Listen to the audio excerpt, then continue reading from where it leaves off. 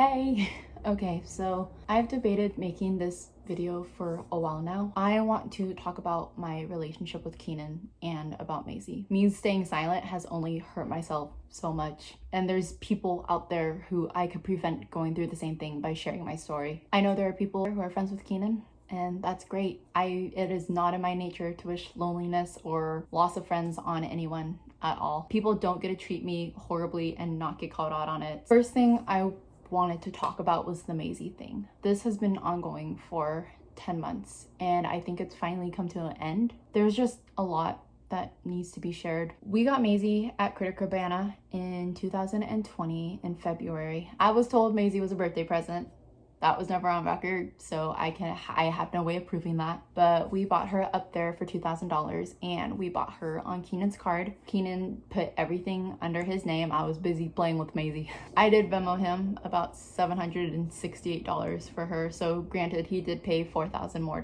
Keenan worked a lot, so I spent a whole lot of time with Maisey. She was very well behaved, very sweet, not a barker, like very friendly, just overall the best dog. And like, my whole entire life revolved around this dog. We had our routine, so we would like wake up, we would go potty, and then I'd make her like little scrambled eggs and kibble or raspberries, and then like we would go get a puppuccino or go to PetSmart to get a little Elkhorn, and then we would go home and take a nap or play or clean the house or do something, and like we just had our routine. And she was my best friend. She would always like sleep right here next to me, and I would fall asleep to her little puppy snores every single day. But I bought all of Maisey's food. Started her off on Nulo dry food because that's what she came with at Critter Cabana. Then after a few months switched her to the wet food because she stopped eating the dry food, and then Solid Gold, and then Merrick, and then Acana, and then Origin. Beef does not agree with her. She does not like Doug. Like I can tell you everything. Part of owning a dog is making sure that it's healthy. So I did all of her immunizations. I started her off at Banfield just to get the basics like DHPP and rabies, and those are all under my name, also paid for by me. I moved her to Willa Kenzie as her primary care just because I have nothing against Banfield, but I'd rather have a different organization being her main vet. I also did all of her grooming. So I started taking her to Sud Some Yourself because she's a golden doodle and she gets matted so easily. Decided to take her to a professional groomer. So I got her booked in at Murphy's Paw. Her first groomer was Caitlin, and then after that was Sarah. Also registered under my name as my dog. And then I also have her microchip and her registration under the city of Eugene through AKC United, and her as my ESA. I'm streaming a little bit from the point, but Maisey was literally like my best friend. I did everything with her. I provided everything. I bought her all of her food, all of her toys, all of her harnesses, her collars, her leashes. Like I bought all of those for her. Her little hoodies, her little food bowls, her chicken. Like I was just her provider, and she was my dog. I was her person. Everyone's like, golden doodles are crazy. And I was like, no, like Maisey's so calm. I'm starting to now realize it's because she matched my personality, We just literally just soulmates, honestly. When I broke up with Keenan, I executively made the decision to give him some space because we shared a house, shared a bed. Like I would not want to sleep with the person who broke up with me. So I was like, okay, like if you want like some time away to think and just have some space, like I will go and I'll figure something out. So I stayed with some friends. Me couch surfing for like 4 days turned into weeks, and then turned into months, and then I was living out of my car for a while. It was this whole ordeal. At the beginning of the breakup, Keenan's like, no, like you can stay here, it's fine. And then at the end of May and the beginning of June, Keenan would not let me back into the apartment. I was still on the lease. I still had a key. I had approval to be there, and I paid rent.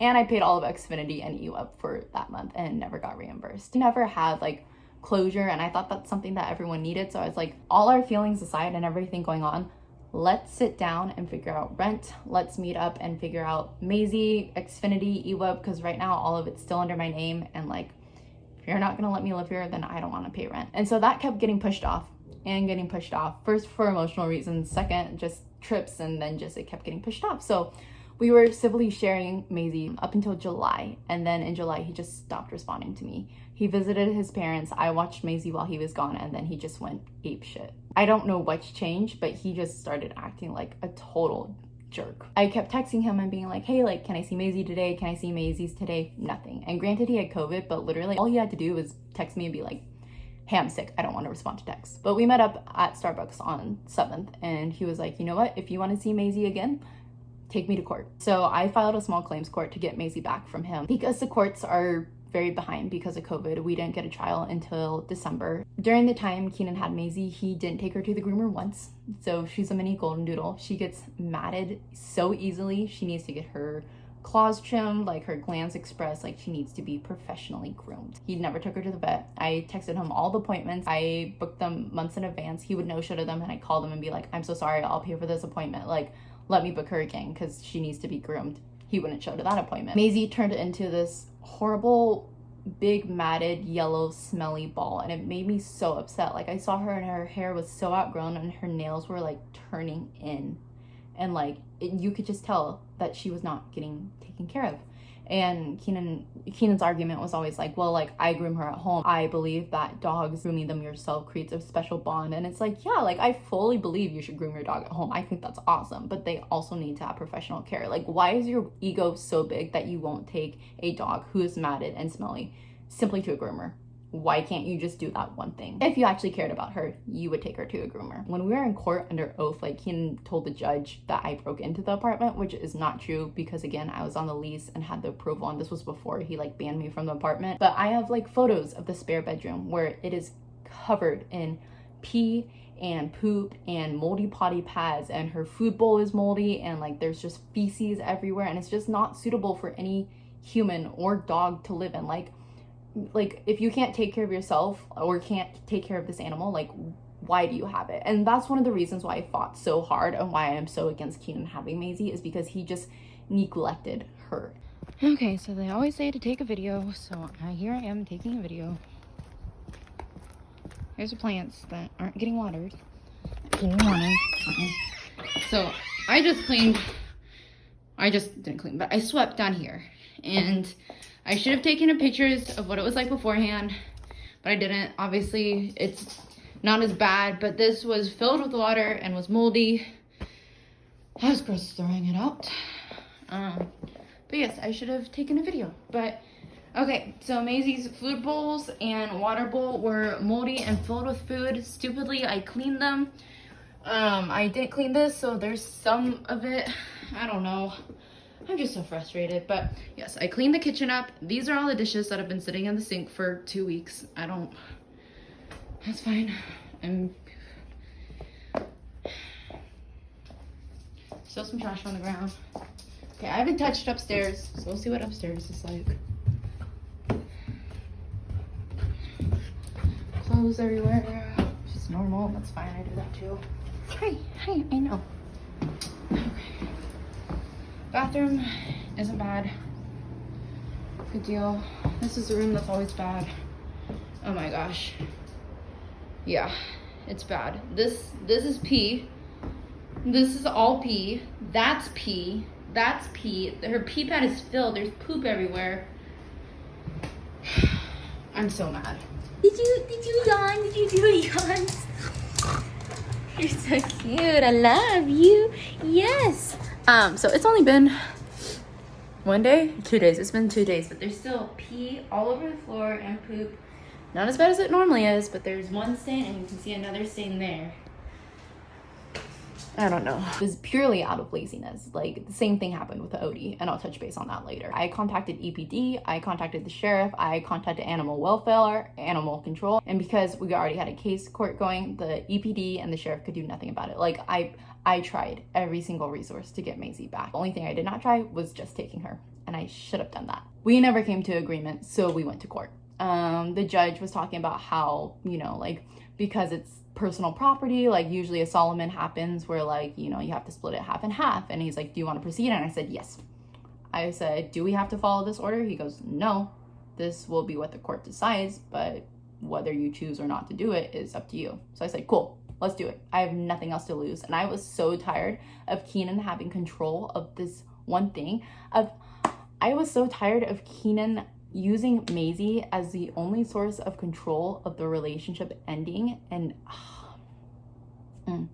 I just wanted my dog back. We did our court order. I presented everything. I actually have the folder here because I tried so hard. So this is a folder of everything that I prepared. So this is all the grooming documentation, me showing all my cards, paying for everything. This is all of her vet records, all her rabies associated under my name. divided between Banfield and Willa Kenzie, all of her tests. This is just like random stuff, like all the supplies I bought her from PetSmart, Petco, Wags, Amazon, not including Walmart and Target. This is her registration through Eugene. This is the AKC United for the microchip. I have all of her tags, payment information, and then Maisey was also my ESA through my psychiatrist. Maisey wasn't like my ESA just to get free housing for her. She legitimately helped me, and like not having her has been so detrimental and hard. I've made it through, and I'm proud as for that. But it's been hard. We went to court, and we had not gotten our order yet. But then someone told me, "Oh, Keenan's in Texas already." I go, "Huh? Keenan's in Texas?" I was like, we haven't even gotten our order from the court yet. Keenan left with Maisey. Didn't let me get to say goodbye. Didn't tell anyone he was leaving. He just left with her. He fully knows what he was doing. And like, I don't know what story he's told other people. And frankly, I don't really care. All I know is that he has never been capable of taking care of an animal, and he just took Maisey. I have a box of stuff here. I have her harness, her food bowl, her jerky, her mat, her so many toys that I've been buying for her because I kept thinking that she was going to be back here. I sleep with the duck. Every night I sleep with the duck that she grabbed at Target during one of the last times I saw her. I don't, like, Maisey was my best friend, and I have done everything that I possibly can to try to get her back. And I look at all of her photos, and hold on. As of recently, we got our order mailed to us as of the 13th of January, and it says like this dog is like property, like the court deems that you should sell her and then split the profit equally. And so I texted Keenan. I was like, "Hey, have you gotten your letter yet? And I buy Maisey from you. Just want my dog back." And he's like, "Haven't gotten it back. I'll let you know." I was like, "Okay." I was like, "Hey, have you heard back?" Nothing. I was like, "Hey, have you heard back?" And then he was like, "I've sold Maisey." Whether that's true or not, I don't actually know. I met with an attorney on the 16th and was so worried about like the court finding us contempt action by not selling her and all this stuff. I was like, no, we don't have to do what the court ordered. It is a judgment, but like if we both disagree, we can find another solution. He's like, well, let's wait to talk it over. And then he just sold her. Keenan would rather Maisey start over with someone new than sending her back to her person, to the person she loves.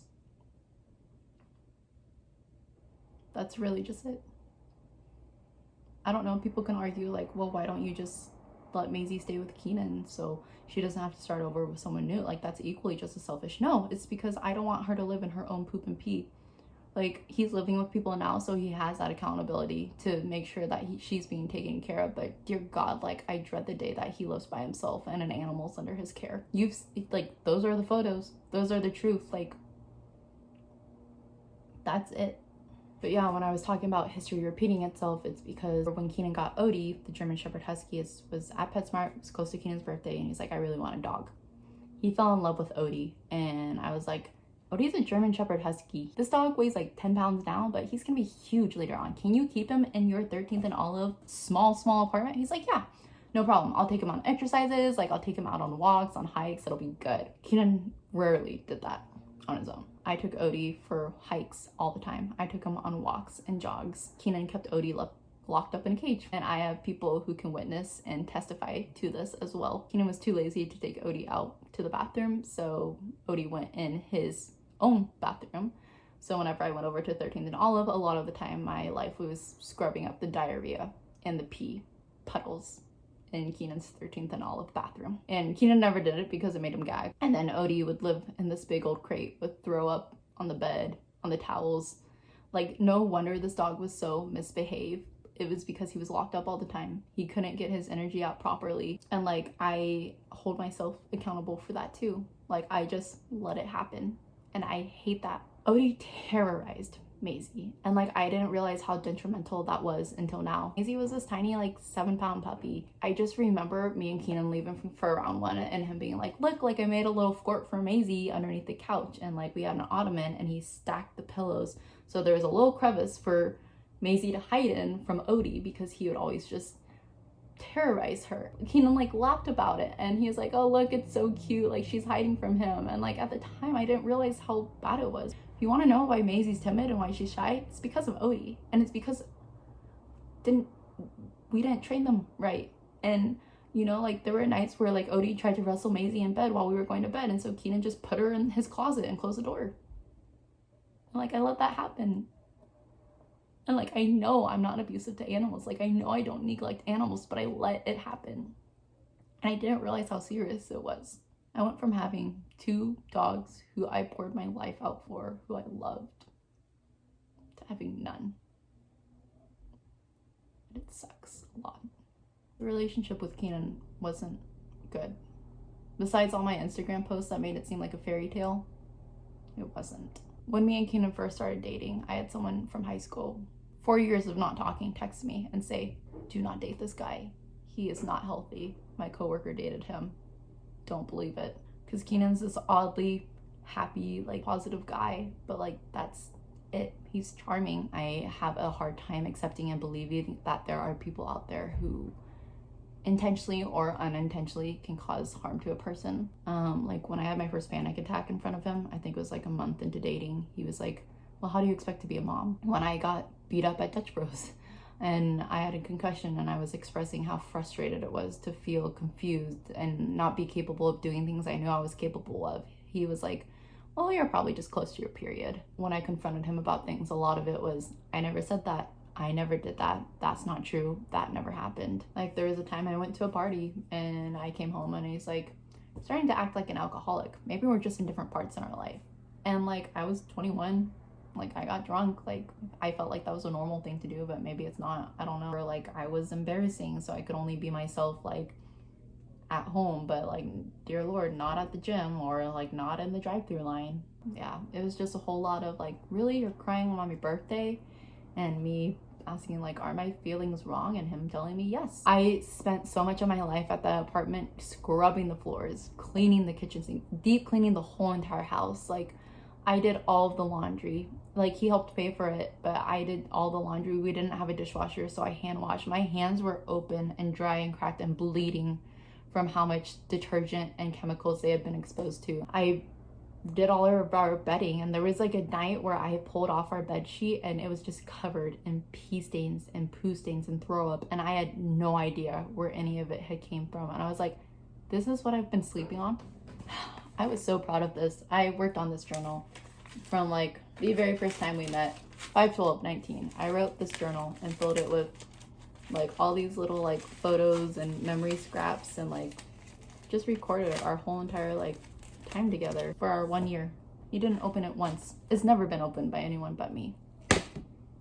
He just kind of tossed it to the side. All my gifts got thrown and either chewed up by the dogs or ended up in a bin somewhere. I don't know. I fully believe in keeping things private, but like now it's just, I have nothing else to lose. And like if I can save someone else from going through this heartbreak, whether it's with him or with someone else, like please learn from my mistakes. But yeah, that's been my battle for this last year, is accepting that some people can be that mean and losing my best friend and not having a happy ending. Someone told me the other day, they're like, you know, Maisey probably doesn't want you to be sad and missing her, but it's been hard, because like you can even see I have her photo up there. She's my whole world. When I first got kicked out, like I couldn't fall asleep like at all.